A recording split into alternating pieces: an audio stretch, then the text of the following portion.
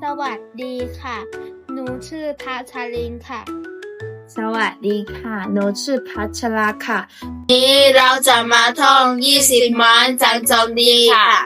ผู้ใหญ่หาผ้าไหมให้สะพ้ายใช้ของคอฝ่ายใจเอาสายหอกมิหลงไหลใครขอลูกจากค่ายลงเรือใบดูนั้นสายเล็ดลาปูสิ่งใด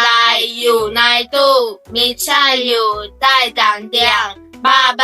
ถือยายบัวหูตามัวมาใกล้เคียงเล่าท่องอย่าละเลี่ยง20ม้วนจำจมดีขอบคุณค่ะ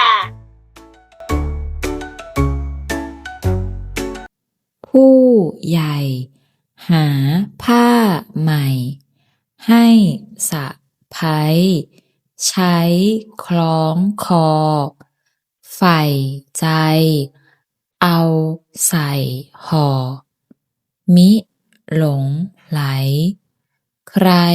ขอดูจักใคร่ลงเรือใบดูน้ำใสและปลาปูสิ่งใดอยู่ในตู้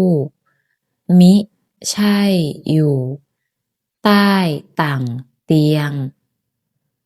บ้าใบ้ถือใย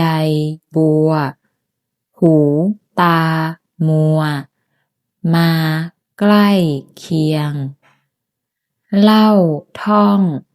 อย่าละเลี่ยง20ม้วนจำจงดี